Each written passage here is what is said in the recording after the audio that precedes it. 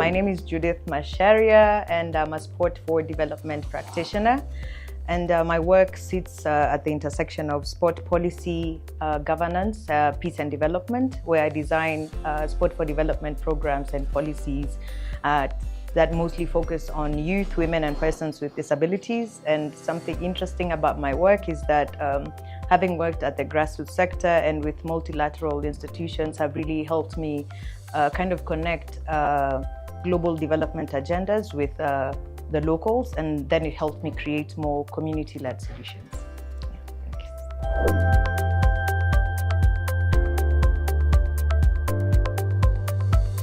Yeah, first of all, I'd like to start by saying that sport is not a silver bullet. In as much as we like to say sport can change the world, doesn't just happen automatically. We need to create spaces where people from different cultures and backgrounds are able to connect together, and creating a new, safe spaces where people can engage in dialogue, shared experiences, where we get to learn more about each other. And these experiences are able to shift perceptions, build trust amongst each other, and also create a space where everyone feels like they belong. And I think this is one of the ways that we can be able to, make sure that sport is inclusive.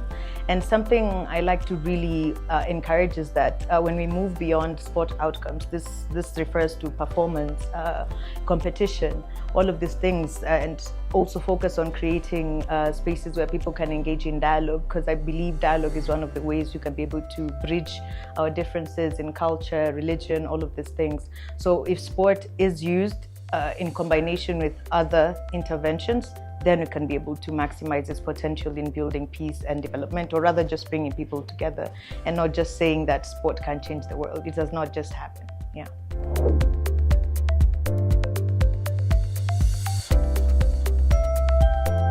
This is a particularly personal question, because I feel we have so many barriers, particularly that limit the marginalized groups, from the social and cultural barriers, the gender norms, and especially when it comes to people with disability, I look at the accessibility issues. There's no infrastructure that brings them together, or rather promotes the capacity as people in sport, either as fans or athletes. So I feel these are some of the key barriers, not forgetting that we have the lack of funding, lack of infrastructure, and also policy gaps.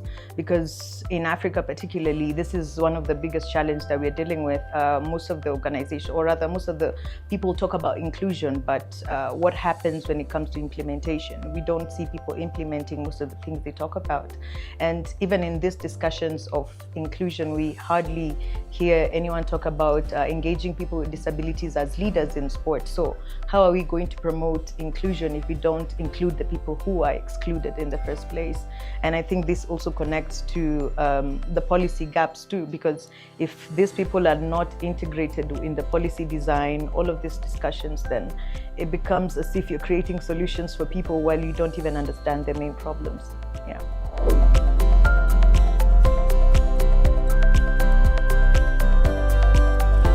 Yes, honestly, I like to think it starts from intention, because intentionality has been one thing that is really lacking within the space, particularly in creating more inclusive spaces.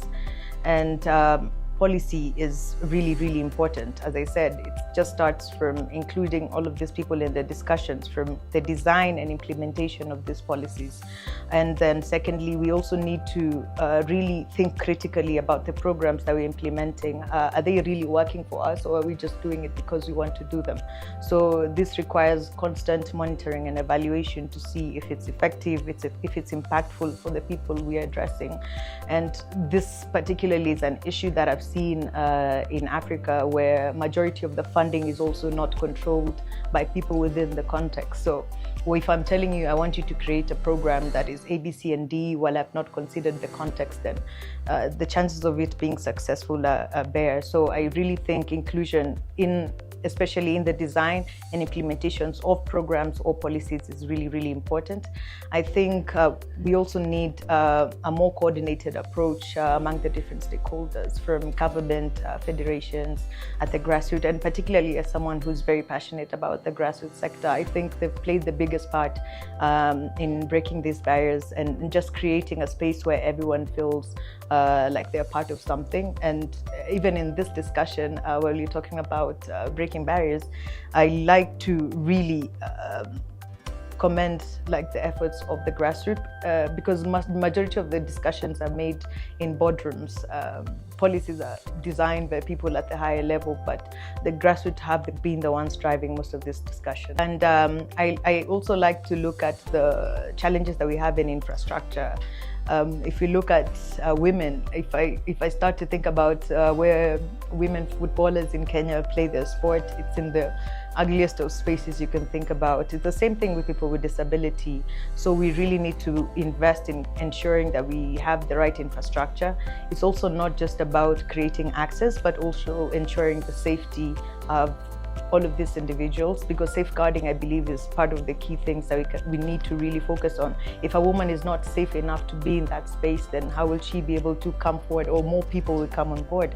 Same thing with people with disability, because even when I talk to most of them, you'll hear they're unsure about being in the space because they don't feel like they're already included. You know, even at the stadium, they're scared of even showing up at the stadium, because how are they going to access Kasarani, for example? So I feel not just in creating the right policies, but infrastructure, and as well as accessibility for most of the people, and safeguarding systems. I believe when we say we want to be inclusive, it really has to be intentional. It's ensuring that even the systems work to make sure it's intentional and inclusive for everyone. Yeah.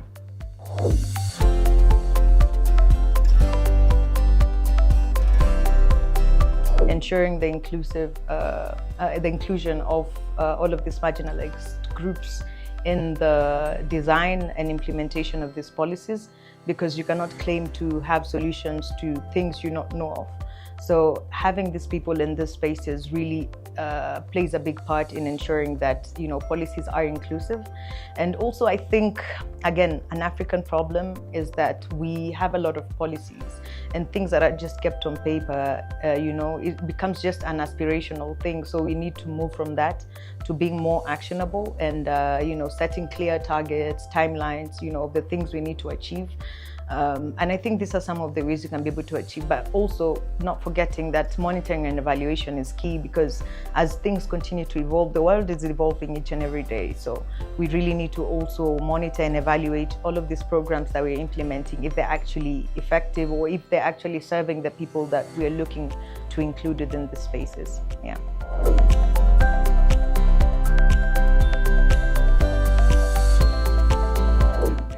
Yeah, I think it starts with ensuring that inclusion is something we consider within each and every aspect of the ecosystem. If it comes to creating opportunities for capacity development, if it's infrastructure, if it's at the grassroots level where you want to engage more women, more people with disabilities to come on board, I think we really need to have a systemic shift in how we perceive the term inclusion. A good example that I think I've seen most recently was with the Kenya Football Federation, where they had people with Down syndrome show up during a match on World Down Syndrome Day, which was quite interesting. And I think for as long as we continue to engage in these discussions within our public spaces, in our everyday interactions, this is just how we are able to move from just having policies that talk about things to people who believe that, we're all inclusive and there's really no difference between, each of us. Because as much as we have great policies and implemented or not, it all comes down to also changing the attitudes among the people, because I feel like that's also a big challenge, because we do have stigmatization when it comes to people with disabilities in sport. And I think this is more than just a policy. It's not something that just policy can solve, but all of the stakeholders really need to feel like they're playing a big part in pushing in this discussion. Yeah.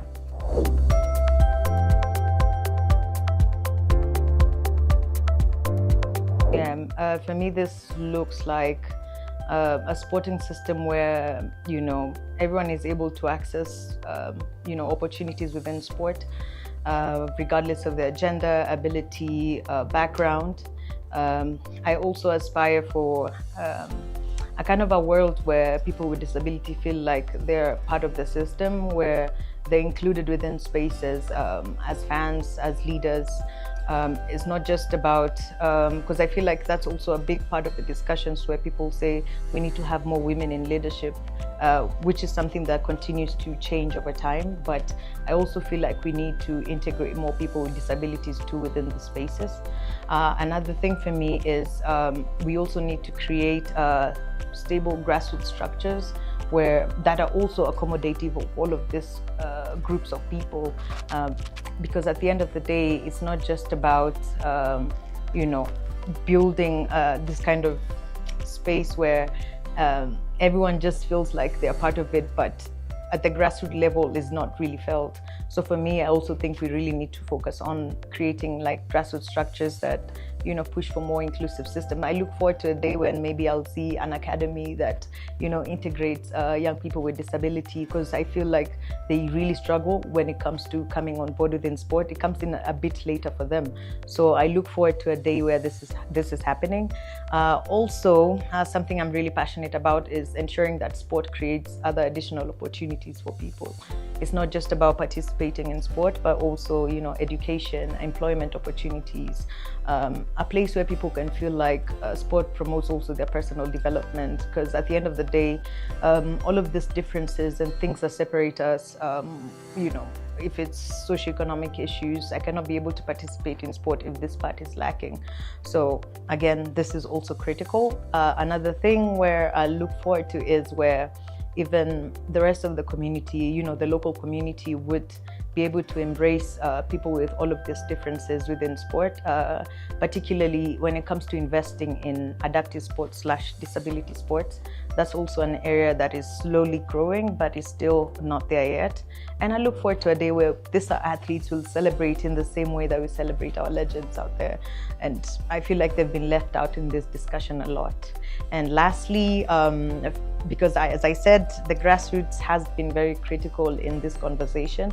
So I feel like they also need to ensure that they have enough support. It's not just about them depending on donors or anything, because now when they're able to create their own revenue, this is on social entrepreneurship or their own revenue generating ways where they can be able to identify their own agenda, set their own agenda based on their local communities. And that's how we are able to continue all of these conversations, acknowledging our context and the everyday life of a Kenyan, not just because a sponsor said you need to do A, B, C, and D, but it's not something that's a priority for us. So I look forward to also seeing more sustainable grassroots structures, because I feel they're a big part of this. Yeah. On this special day of sport, I would just like to urge everyone to live and coexist within the values of sport, from respect to people, fairness, and humanity to each and every one of us. And I challenge you today to embrace the differences between each and every one of us, whether it's on disability or different teams, and particularly just calling on everyone to, encourage and support more women and people with disability in sport. And I challenge you to also inspire someone today, preach these values of sport within your daily lives, because I believe sport should be something that we leave beyond the field. And it's very important as a fan, as someone who exists in the space of sport, to just practice this space beyond our daily lives. Happy International Day of Sports.